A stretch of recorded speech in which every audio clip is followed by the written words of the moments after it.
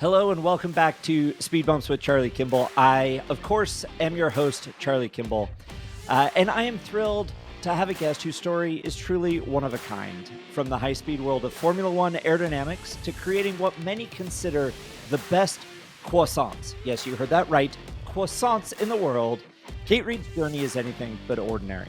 As the founder of Lune croissants in Australia, Kate didn't just bring her engineering background into the kitchen. She reinvented the croissant making process with the precision and innovation you'd expect from a Formula One aerodynamicist. But her path wasn't without speed bumps. Today, we'll talk about how she turned a bold career shift into a global pastry sensation. Say that 3 times fast.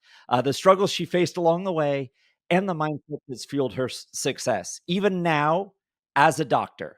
So whether you're a foodie, a fan of inspiring career transformations, or just love a really good comeback story, you're going to want to stick around for this one. So from laminar flow to lamination, let's welcome Dr. Kate Reid. Kate, thanks for joining us. Oh my God, laminar flow to lamination. No one's ever said that. I'm going to quote that. So good. Thanks, Charlie. I have to say, I was very proud of myself for thinking of that because laminar flow and separation and stalling is about the limit of my aerodynamic terminology. So, but that's pretty important for what you do, right? Well, yeah. Either as a race car driver or now as a private pilot, like aerodynamic stalls are something that my instructors drilled into me. That's something you want to avoid, apparently, because it leads to falling out of the sky. So, I do want to start, Kate, unless maybe you're an acrobatic pilot. Right. And that's a whole different thing. And that's way too scary for me. But I want to start actually with where we first met. I was racing in England and you were working at Williams in Formula One. And we got to meet my sister, Rachel. We all became friends and kind of cycled and circled around the same friends groups. But when did your love for Formula One start? Where did this want to be an engineer and an aerodynamicist really begin with? Look, I think we probably have a lot of parallels in our childhoods, in particular with our dads. I know that your dad was such a big player in Formula One, such an important mainstay. My dad had loved Formula One for my entire childhood. He used to race Formula Vs, which I'm not sure if that's a class that they race around the world, but it's certainly a class in Australia. And by the time I came along, he was told that he wasn't allowed to race anymore because, he had to be a responsible dad and had to be around to help raise his daughter, but had never lost the love of motorsport. So I think I was a really big daddy's girl. And from a young age, I just wanted to hang around him. And that meant things like, on weekends, jumping in the ute and going to the tip or the hardware store or going to look at classic cars. But mainly it meant watching Formula One with my dad. And he never pushed me into doing it. But I think at some point I was like, this is really exciting. And, I'd never been to a Formula One race in person, but it was this amazing circus that was happening around the world, high technology, high drama, very dangerous in these glamorous locations like Monaco and Germany, the UK, the US, Australia. It was global. And I think it must have been 1996, which was the first year that the Australian Grand Prix was moved from Adelaide to Melbourne. And Dad was like, hey, kids, I'm going to take you two out of school on the Friday because I can't afford to buy a race day ticket, but I really want you to experience Formula One in person. So we'll go along to free practice. And that was when they had the V10 engine still as well, that piercing squeal that just cut through the air. And I mean, you could hear it from our house, which was about 11 or 12 kilometers away from the circuit on a really clear day. But I remember getting closer and closer to the circuit, and I think they must have already been out doing their first free practice on the Friday, and Dad gave us earplugs. And there was something so thrilling about being in an environment where the sound was so dangerous that you had to wear earplugs to protect your ears. But then I remember we entered the circuit. We just had general admission passes. And there was this area that used to be called Brocky's Hill, but it's the big sweeping left-hander coming around the lake. And we kind of came across the hill and this F1 car just flashed past me. And, I was 12, 13 years old, and it was going so fast that like I couldn't even make out what it was. But I just remember the sound ripping through me as well. And then there was another one and another one, and like the smell, the sound, the energy, just even like everyone had stopped to witness this real, like this feat of technology and science. And I just caught the bug at that moment. And from that moment on, everything about my life, like every waking thought that I had, every action that I could take was something that had to get me closer to Formula One. I was totally obsessed. I have this silly grin plastered on my face, and I am covered in goosebumps because you describing that moment is exactly the same as the first time I saw a Formula One car come through the old Maggots Beckett's complex at Silverstone in the wet. And these cars came through, and it was just like, I was racing cars at that time, and I thought there was no way within the laws of physics they should be able to do that. And you talk about that piercing whine, that the V10 that just seared your soul, right? It reached into your like original core being and touched you. Yep. And for me, like hearing you say that, like that, I'm like, yep, I got it. Yeah. I've been there. We've all been there, right? Everyone who has fallen in love with racing head over heels at times has felt that moment. Yeah. And it's not so every waking moment's thinking about Formula One. Where do you go from there? How do you go from, being on Brocky's Hill at 10, 11, 12 years old, and then end up designing parts in a wind tunnel in CFD that end up on a Williams Formula One car? Well, you're going to find this hilarious, but my first instinct was, I've got to be a driver, because that's the most natural, like they're the ones that you see out in the cars. And I think as a 12 or 13-year-old, you don't fully understand the myriad of people and different skills and experience that go into making that happen. You see the driver in the car. So I said to Dad that I wanted to race go-karts, and he's like, well, you better go get yourself a part-time job. You have to pay for it if you want it. So I went out and I got myself a part-time job, and I bought myself a go-kart, and I signed up to a circuit as a member, and I would pester Dad like a few times a week. It was a 1-hour drive away. And I'm like, Dad, can we go to the go-kart track? And Charlie, I was obsessed with just getting the fastest lap time. And I'd want to go to the circuit when no one else was there, and I would focus on like fractional improvements on corners or braking or acceleration. And at some point, Dad was like, are you going to race this thing, or are you just going to keep driving it around to see how fast you can go? And I think this speaks to my personality. I'm like, yeah, okay, I'll go in a race. And so we signed up for my first race. And just before my heat was going out, the heat before, there was this straight at the circuit that I was a member of.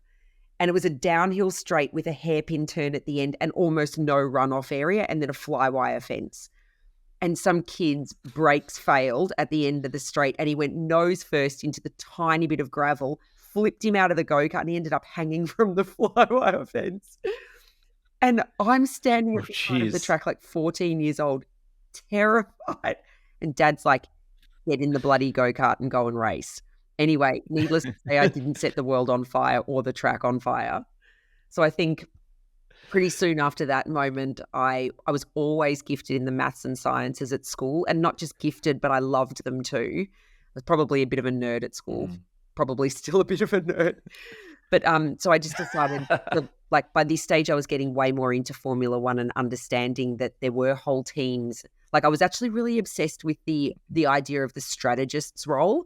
I thought it was such an exciting role that was so crucial to the success of the race, like understanding all of the different elements and variables that go into making a win happen. So I started to research the technical side. I went along to a university open day.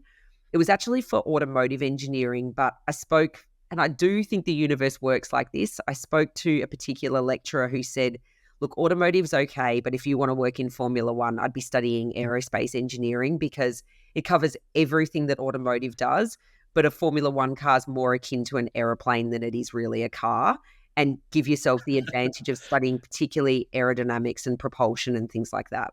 So, yeah, I think from about the age of 14, my goal was aerospace engineering at uni, which I got into straight away after high school at RMIT in Melbourne.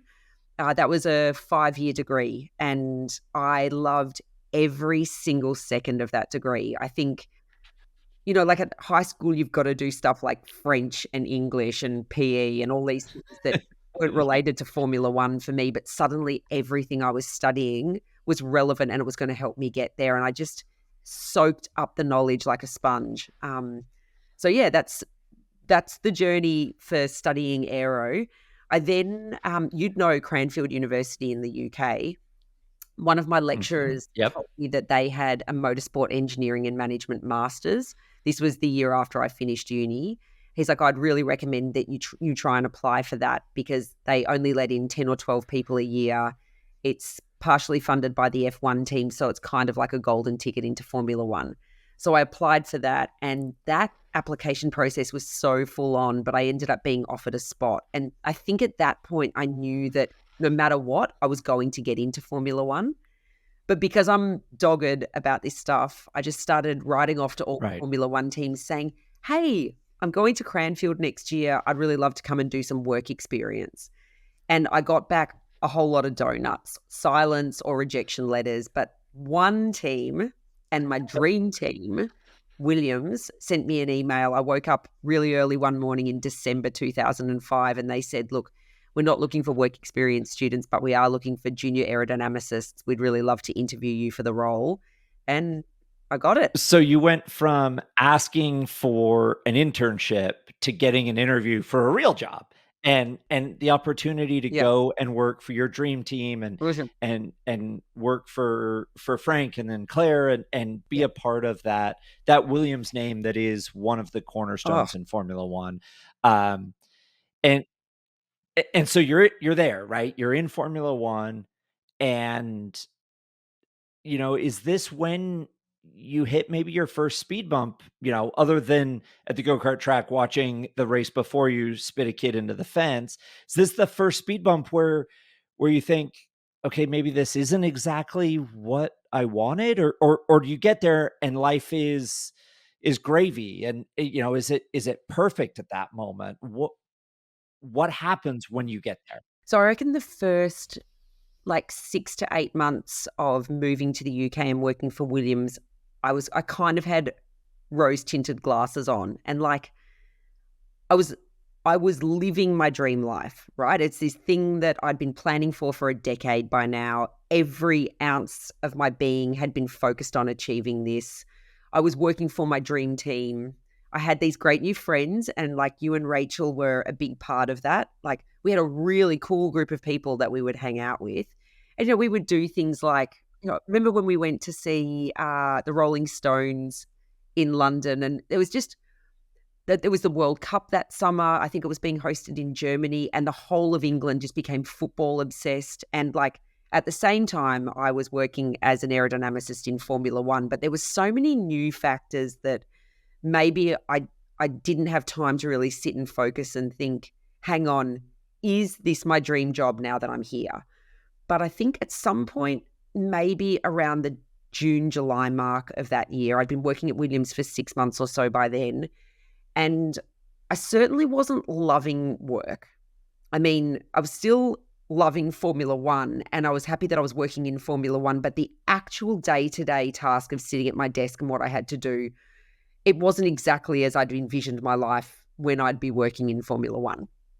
And I think at the start, when I'd first identified that, I was like, surely you're really new to this. You're a rookie. You've got to earn your stripes. It'll get more interesting. It will get better. But then at some point I was looking around the office, and guys who had been, 2, 3, 4 years ahead of me, they were doing the same things that I was doing. And I was like, maybe this isn't just a I'm new thing. Maybe this is a what it is to be an aerodynamicist working in Formula One thing. And I think at that point I had a bit of a panic moment, is it going to get better, or is this it? And I really want to preface now that it's like the environment that I worked in would suit some people. Like some people would be suited to the culture of the office and that, like, you know me, I'm a huge chatterbox. I'm a big personality. I like to be around energetic, positive people that feel excited about life. And it didn't help that Williams wasn't having a great season. But I worked with a lot of quiet, head down, introverted people that didn't want to collaborate or brainstorm or work as a team. And I thought that's what F1 was. So you're saying you worked in a room full of engineers and they were maybe a little less extroverted than you were in the engineering office. And okay, so like my first thought listening to you talk about this, about the work it was when you were there in 2005, 2006 era, was not what you envisioned maybe building your with an aerospace degree.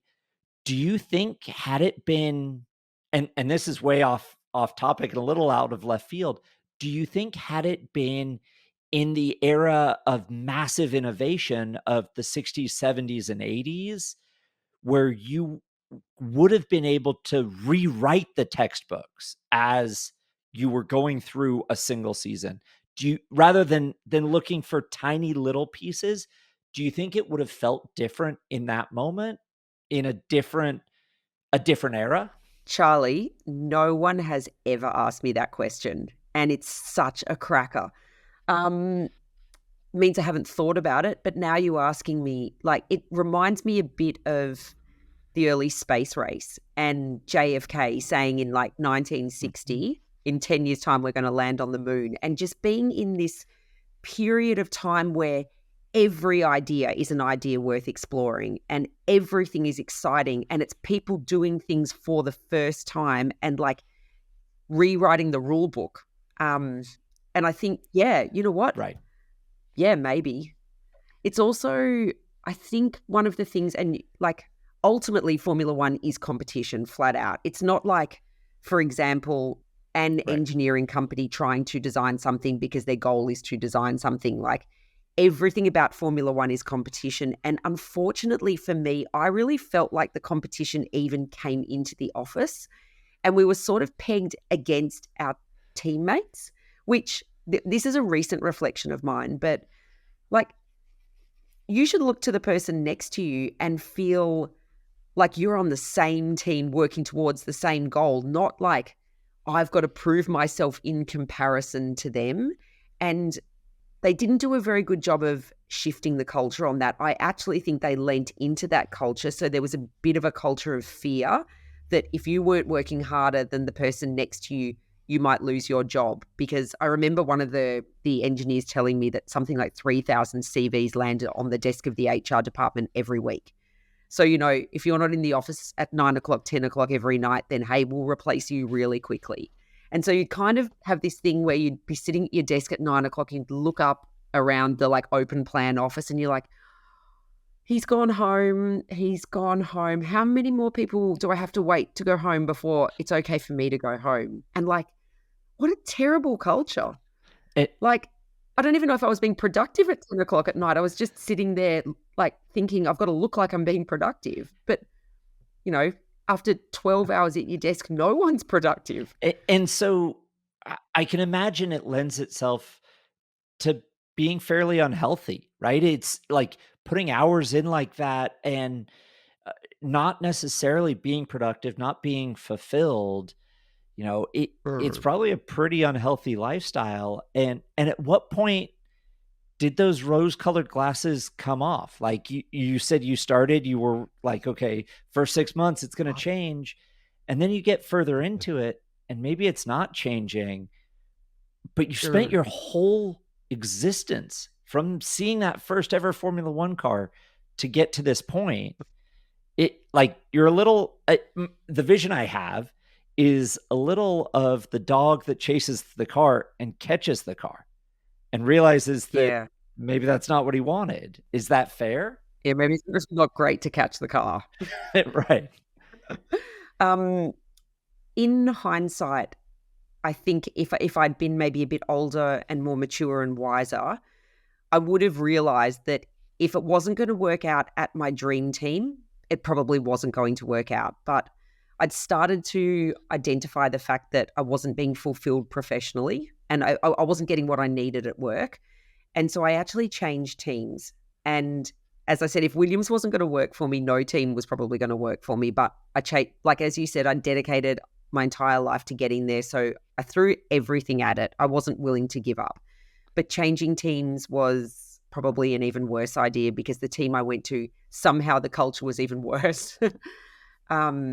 And at that point, I definitely had developed depression, but it went undiagnosed, probably because at that point in time, I didn't really know what depression was. And, you didn't talk about it. You certainly didn't talk about it in the office with all your male colleagues, like, oh, I'm feeling a bit down today.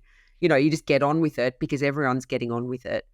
So, yeah, I developed depression, but then the depression manifested itself into something even more just even more awful. And it's another form of a mental illness, which was an eating disorder, anorexia. And it's interesting, like, so many people think anorexia is about body image and food, but for a lot of people that suffer from it, it's actually more of a control thing. And at the point in time that I started to go down that path, there were many big aspects of my life that were out of control. Like, I really wasn't in my dream job. I was missing my beautiful family that were half a world away. I didn't have a good support network around me at the time. Like, in moving from Williams, I'd almost left behind this like very precarious little support network that I'd started to build myself. And I think when you get depressed, you isolate yourself a bit as well. So I didn't really let people support me. So I had so many things out of control, and I became very, very sick. So much to the point where I think one of the reasons that I was sticking it out in the UK was I was so worried about letting my dad down. Like, motor racing had been this thing that had made us bond when I was little. And then it was this thing that we had in common that was so special and unique. And I was so proud that I'd gotten a job in this thing that Dad and I loved together. And I think I was worried at admitting that it wasn't working out, that I would be failing and letting him down. So when I had a conversation with Dad when I was really ill one night, and he said, maybe you should think about coming home, it wasn't really a question. It was him giving me permission. Like, it was him saying, it's okay to come home. And knowing you as I do, and you knowing our family, and having the conversations about your family and the stories over the years, I would imagine that for you, it felt like permission from him to come home. And for him, it was never about that. It was only about the best for you as his daughter. You've nailed it. And I feel like it might be a poignant moment to answer it. You did send me, you said there are 3 questions that you ask everyone. And I don't know if you ask them in succession at the end, do you? I do, but I am happy to ask, I presume it's the what's the best advice you've ever gotten and from whom question you'd like me to ask now. So a little out of order because go for it. What is the best advice you've ever gotten and from whom, Kate? So the day I was leaving Australia to move my entire life to the UK to work in Formula One, I had a little wobble. I was sitting in my room by myself, and I'm suddenly realizing that I'm leaving behind this family that I love, this country that I love living, this great life that I've had, and I'm going into the unknown. And I was sitting on the floor feeling incredibly nervous about getting on the plane. And Dad said to me, nothing has to be forever. And that's like, it's actually making me feel emotional. That is the best advice you can give anyone. Like, you can give something a go. You're not committing to it forever. And also, even if you think you've committed to something forever, if you decide that it's not right for you at some point, if you live it and you're like, hang on, this isn't giving me what I need in life, you don't have to keep doing it. It's fine. And like, Dad had actually given me permission before I even left. I didn't realize how big and important those words were at the time. And I think we should take a second to reflect on how incredible that was that you were chasing this dream. And even in that moment, like as any individual, and I won't say young person, because even as I get older, I notice there are moments where I'm like, yeah, this is absolutely the right call. And then I'm getting ready to do it and go, wait a minute, I'm not sure it's the right call anymore. And so those moments of doubt creep in. And for your dad to see that and say, give it a shot, like essentially give it a Right. shot. And if it doesn't work out, we're still Yep. here. You moving away doesn't make us love you Yep. less. You moving away doesn't mean that planes don't go both directions. I remember having that conversation with my parents and with my sister every time when she was living in England and working in Formula One and would come home to California, and like the weather's great here and the food's great and the people are great. And right. It's kind of special. And she would go to LAX to get on the plane to go back to England and cry. And my mom and dad would always say, the planes aren't going to stop flying after you get on Yep. this one, right? You can always come back if you need to and when you want to. And the fact that he had given you that advice and that permission, that you had this conversation with him now when you're really sick, and realizing how unhealthy your life is at that point. Where do you go from there? Like, and I know this isn't easy. I really want to preface this with, I know these are hard conversations. That's why it's called speed bumps, but you get through them, and there is an unbelievable shower of champagne and podium and trophies in your now life and your then future. So you get through these speed bumps, but where do you go from that moment when he says, maybe you should come home, or maybe this isn't right for you? So a lot of people don't realize that recovering from an eating disorder isn't about learning how to eat. Like, that is literally just a symptom of the illness. When the real core of the issue is fixed, eating becomes normalized again. And when I got home, I think I started this incredibly difficult recovery period. And I think the majority of the people around me who hadn't lived through an eating disorder or with someone who has one before didn't understand. But some part of my brain knew that the only way I was ever going to get through this eating disorder was literally the obsession that had replaced the Formula One obsession in my head. Like, I'd spent a decade solely focused on Formula One.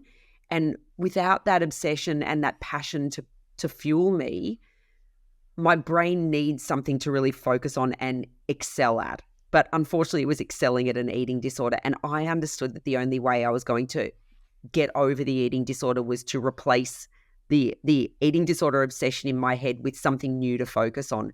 But I mean, you know this, you can't just decide, I'm going to be obsessed with pottery and that'll be my thing. Like, if I try pottery and I don't like it, I can't force myself to work on it. I need to actually love the thing I'm doing. Ironically, through the eating disorder, I had discovered baking. It's a way of vicariously living through the ingredients and food without having to eat it. And it's also incredibly scientific and technical. The combining of all these raw ingredients that you can't eat alone as they are, but when you bring them together and you follow the method and the process correctly, and suddenly you pull out of the oven like a perfect chocolate brownie, it's like it's science and it's technical, but it's also like it. You live vicariously through the smell but you also see how much joy it brings other people, and I was like feeding off secondary joy from watching other people enjoy things that I was making. So I had got in my head the idea of maybe baking could be a career that I would pursue, which is hilarious because like 7 or 8 year old Kate, actually I think most kids back when I was that age, no one thought that like baking cakes could be a job. Like, it's too much fun and it's something that you do with your mum in the kitchen on the weekend and you lick the bowl. But like suddenly adult Kate was like, hang on, this could be a job.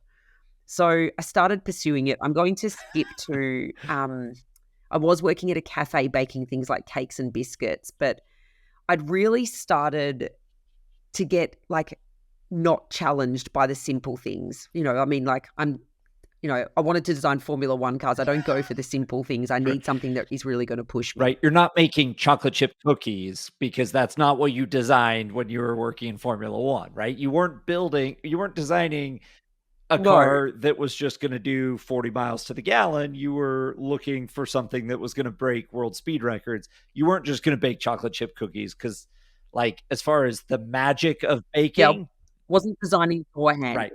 Exactly. Yep. Yep. Exactly. So you go next level. You get it.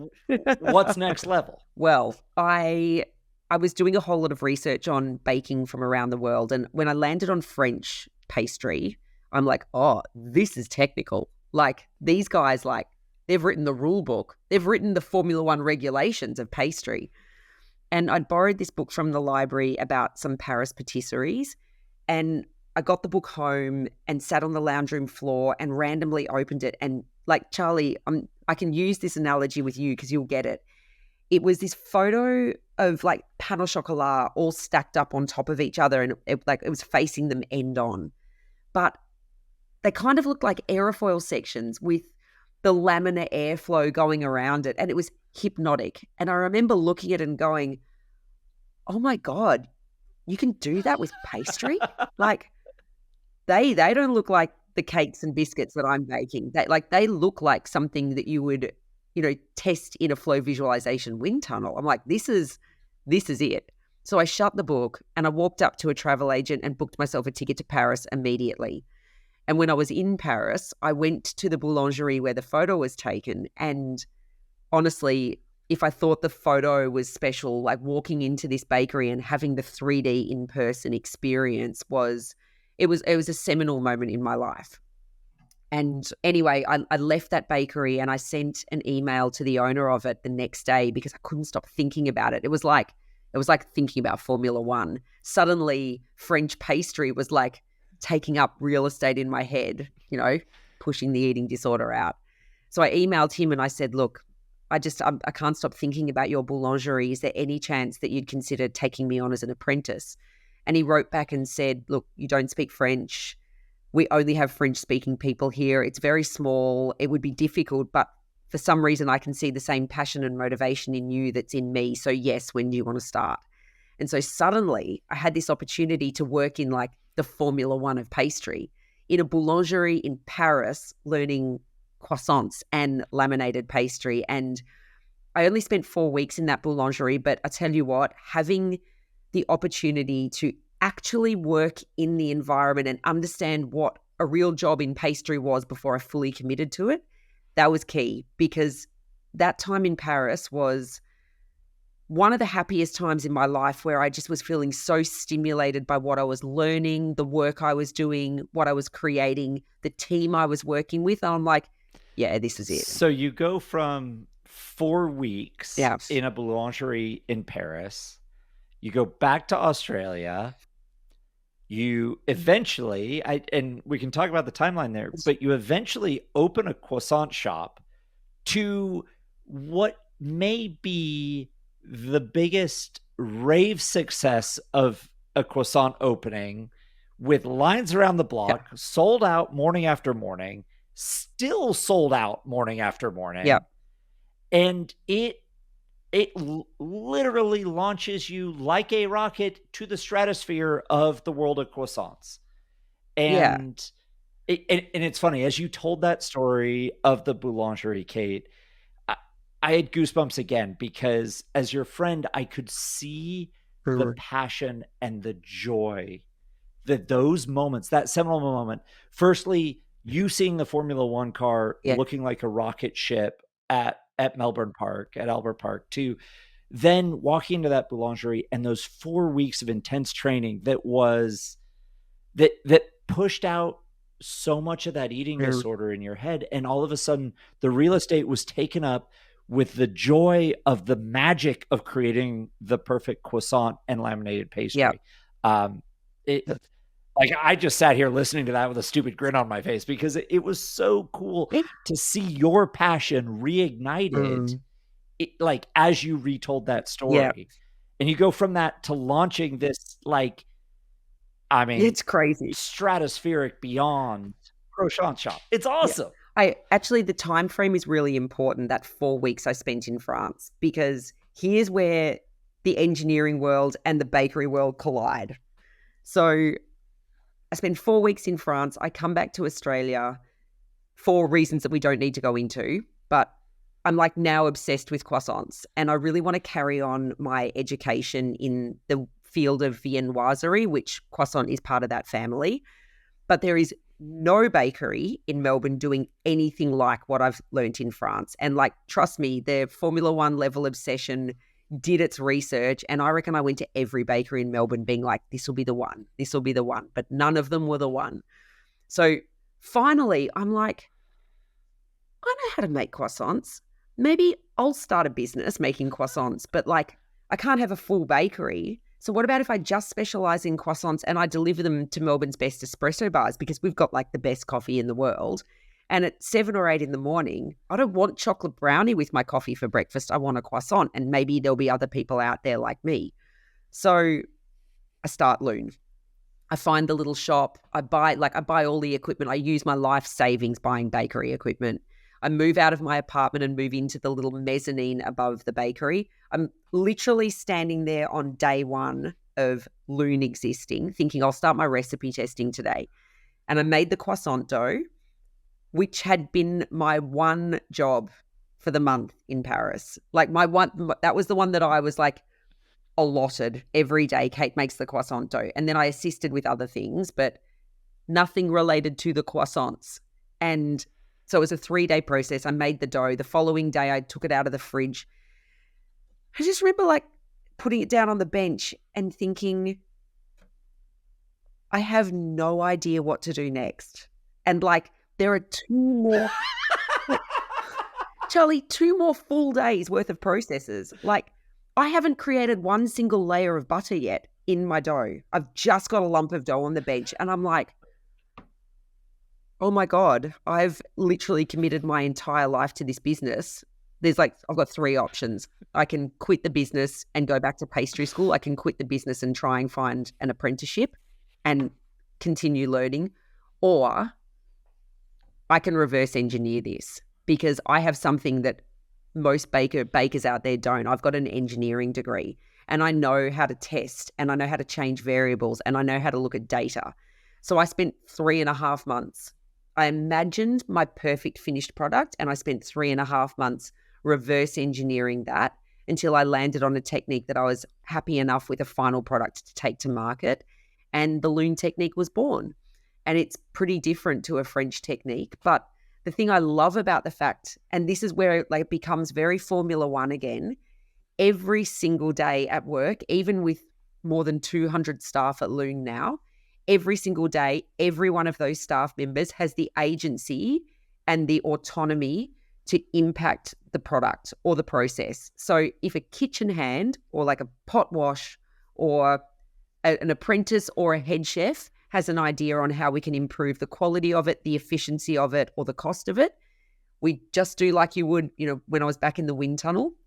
We pick the one variable, we build a test around it, we do multiple tests because it's sometimes an anomaly to just do one. We prove the process, and if the process proves to be better than the original baseline, it becomes the new baseline. So it's an ever-evolving process and product, which means that I think we haven't tasted the best Lune croissant yet, which is super exciting. That's incredible. So you literally ABA different pieces of the Lune protocol. And the fact that the Lune protocol continues to evolve is incredible. And you have multiple locations now. And you write a book, Lune croissants all day, all night.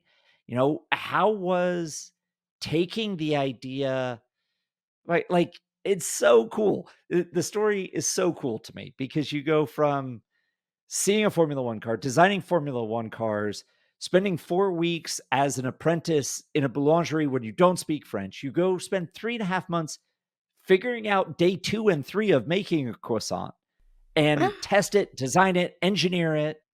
And then you open multiple shops and write a book, right? Like, I mean, it is such. It, when I was talking to my sister about chatting with you, she said, just ask her how she can be so effortlessly cool. And I think that's the question. You go from Formula One through all this process, you write a book that is world acclaimed. Like, you have gotten praise from Ottolenghi, from so many big names in the world of food globally. When I say the world, I mean global food. And you write a book, like, I think you may be the coolest person I know. Nah. So how do you go from figuring out a croissant to writing a book, and what is that process like? And what was the hardest part in that? What was the biggest speed bump in getting this book published? So I think you'll appreciate this as well. The reason why people don't make croissants at home is because it's so hard and it requires commercial bakery equipment. And when I was approached to write the Lune cookbook and teach people how to make croissants at home, I was like, there's no point telling them how we do it at Lune because nobody has all the big equipment that we have there. They've got a worktop, a rolling pin, and maybe a KitchenAid and an oven. And I want to be really authentic and write a recipe that will give them the results at the end that they want. So when I approached the writing of the cookbook, I actually thought I'm going to have to completely from scratch create this process like I did the first time with Lune, but just with the home equipment and the home environment. And it just happened to be during COVID, and Melbourne had one of the strictest lockdowns in the world. And at that point in time, because I wasn't working on production as a chef, as an executive team, we decided that anyone not working on production had to work from home as well. And so suddenly I was in my home writing the Lune cookbook, and I didn't maybe if we hadn't been in a lockdown, I might have cheated and tried some things on our commercial equipment. But suddenly I was like, all I have is a bench and a rolling pin and an oven. And so for weeks and weeks, I had this idea on how to reinvent the recipe for the home baker. And I was trialing it and I was really hitting a speed bump. And I was getting super frustrated with it. It was getting me down a bit. And I called a good friend of mine who's this amazing film director. He directed The Greatest Showman. He's working on the new Robbie Williams movie. I called him. I'm like, Michael, do you ever get a bit uninspired and just not feel like getting out of bed? And he's like, yeah, of course I do. And I said, well, what do you do? Because you always seem to be like a man on the move progressing. And he's like, if I have a day like that, I don't stay in bed, which I wouldn't either. But he said, I don't stay in bed. I just change up my routine and I go and do something for myself. And I take my head out of the thing that I'm really stuck on. And then I just try and create space to approach the problem from a different angle. So I did that. That day I did a bit of yoga at home and I went for a big walk. And on the walk, I had this idea. And I'm like, I wonder if that would work. And I came home and I did a bit of research into the baking science.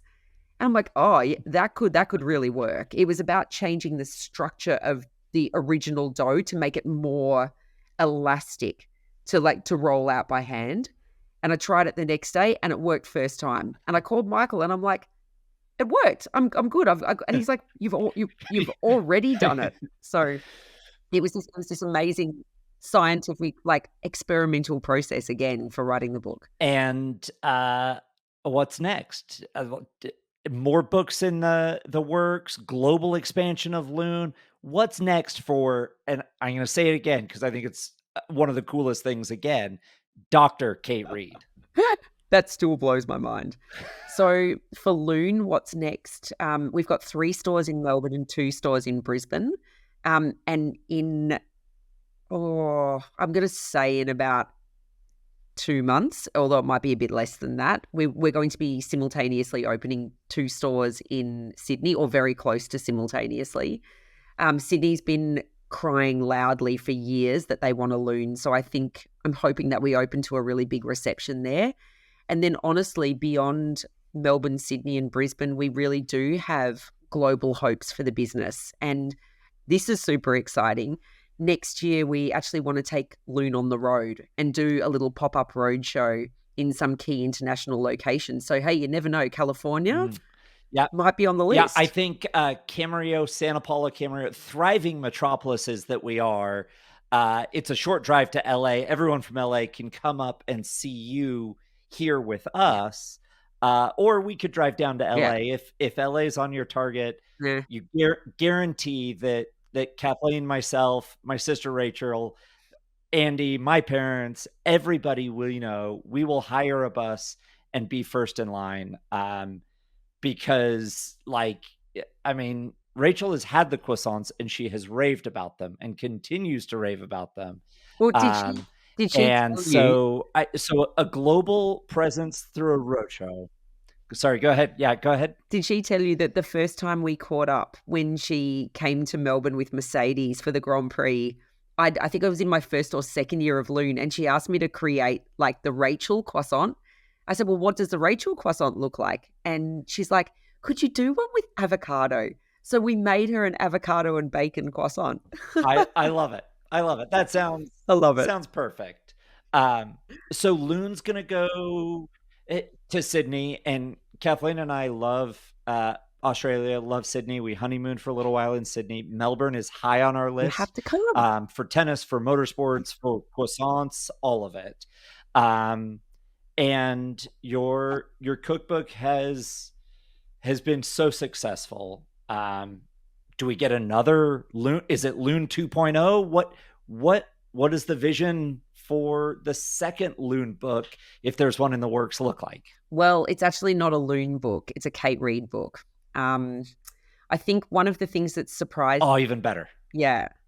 So one of the things that surprised me with my journey, I think things that, like Dad saying never or give something a shot, having that as your frame of mind in life, you just don't know the types of opportunities that are going to come your way if you're open to them. And one of the amazing things that I do these days is a lot of people who have heard snippets of my story, they want me to come and speak at their events and conferences and inspire people that, successful career change is possible, or getting over a big speed hump, or a challenging time in your life. There can still be amazing life beyond that. And, inspiring people to start businesses, to have ideas and to go for it. So I do a lot of speaking engagements. And through that, I have told my story many times, but every time I tell it, I try to do it like it's the first time I've told it to a fresh audience. And every time I do, like similar with you today, you've asked me questions I've never been asked before that make me go back and look at my life, or like parts of it, in a different way. And yeah, I think a couple of years ago, somebody wanted to write a fictionalized version of my life as a novel. And they started the process, but they ended up calling me and said, I don't think I can do this. I'm not an expert in Formula One, eating disorders, or croissants. The only person in the world that is you. You've got to write your own story. And it felt like a huge undertaking and a bit of a scary challenge. But for some reason, in the middle of last year, I just felt ready to do it. And I took myself off to Italy for a month and hid away in little villages and ate pasta for dinner and wrote during the day. And it's been one of the most incredible experiences of my life. And it's funny because, we talk about what we want to be when we're kids, when we grow up.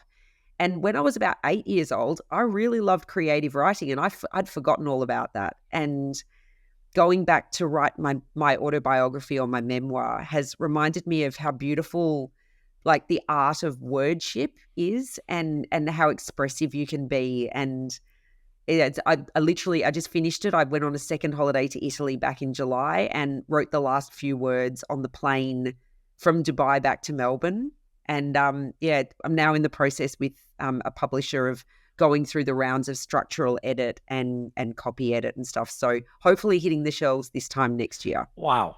Fantastic. Well, I cannot wait. And even if we have to come to Melbourne, I think our whole family will come with copies to get you to sign them, because it will be an incredible capture of your story from so many different perspectives and lenses, overcoming challenges and encouraging through your own experience people to live their dreams. And even if they live their dream and realize it's not exactly what it's cracked up to be, figure out what's Yeah. next, and nothing's permanent.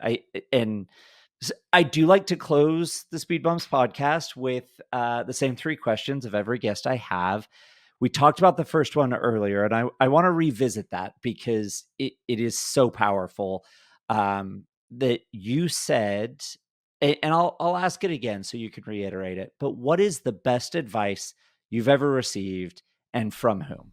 The best advice I've ever received was from my dad, and it was the day that I was leaving Australia to move to the UK, and I was feeling very nervous and unsure about such a big life change. And he said to me, nothing has to be forever.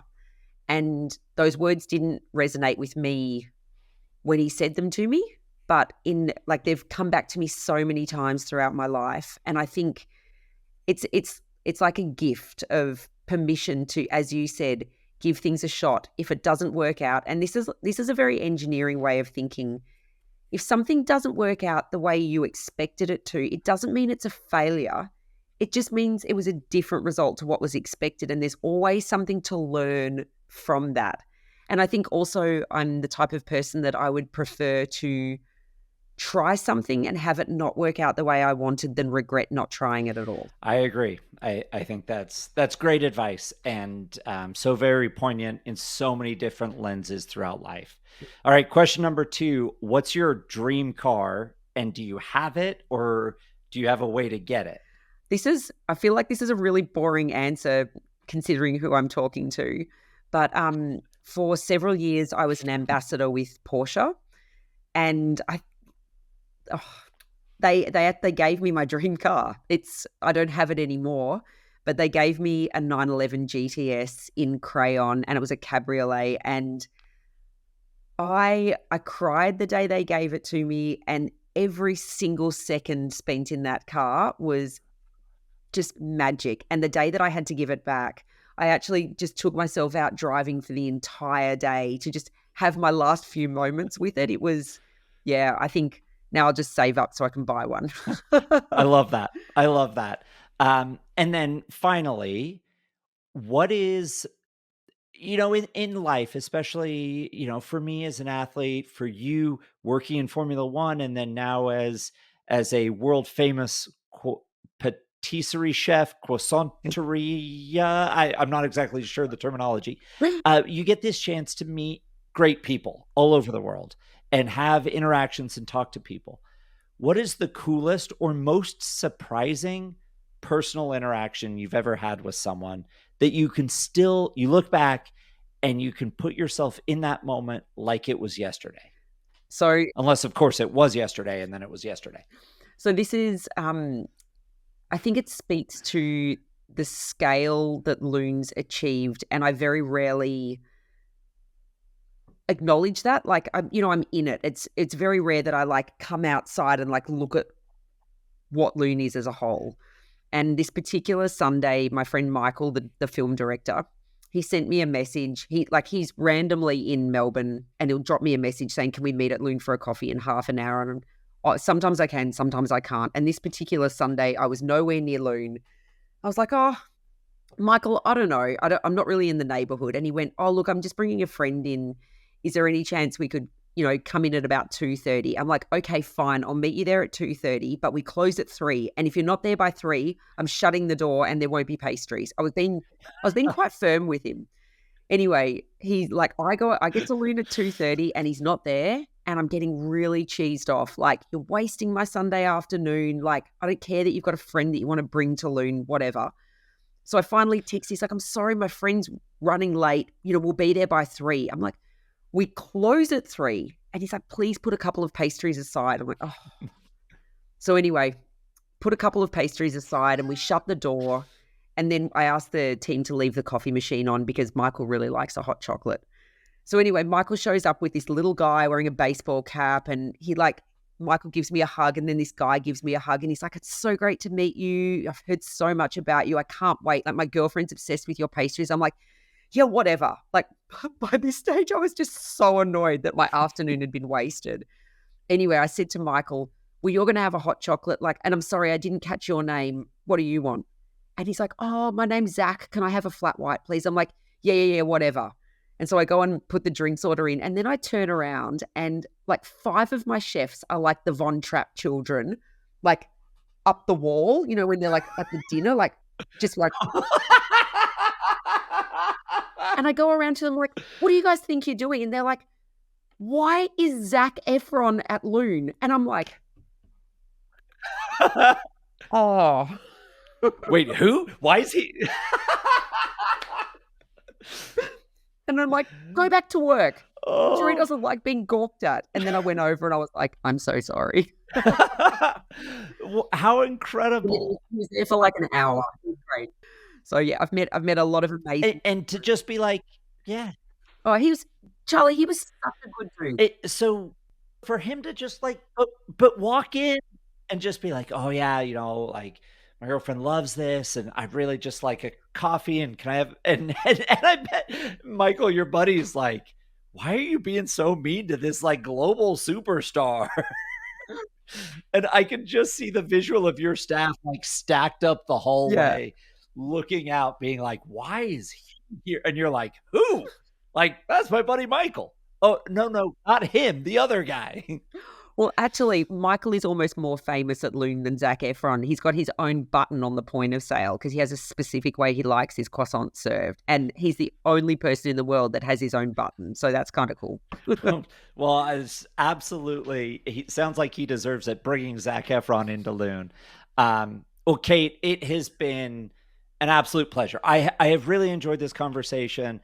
I told you I'd try and keep you for under an hour. I know you're busy. You've got a book to edit. You've got croissant shops in Sydney to open. You've got a roadshow to plan in Los Angeles soon, or wherever else in the globe you want to take it. I really appreciate you sharing some of the really hard moments that got you to this like stratospheric success with Lune, to from Formula One, through the eating disorder, through that pain, coming home and finding your feet and finding a reverse engineer, figuring out day 2 and 3 of a croissant, and to be able to do it, which with such kindness and grace, has been an absolute pleasure to hear. And if I can, I'd like to reserve the right to have you on again to talk about your book when it comes out. And one of the things we didn't talk about and touch on is being in business with family. Your brother runs Lune with you, and working with my sister over the years, I'd love to continue the conversation in the future about that. Charlie, that would be absolutely my honor. I think we've known each other for something like 18 years now, and it's been such a privilege to watch your success and your career, and I was so honored when you invited me on. So thank you so much for having me. It's been the best hour. Absolutely. Thanks, Kate, and we'll see you soon, either on the croissant shop, in a cookbook, or on the shelves of your local bookstore.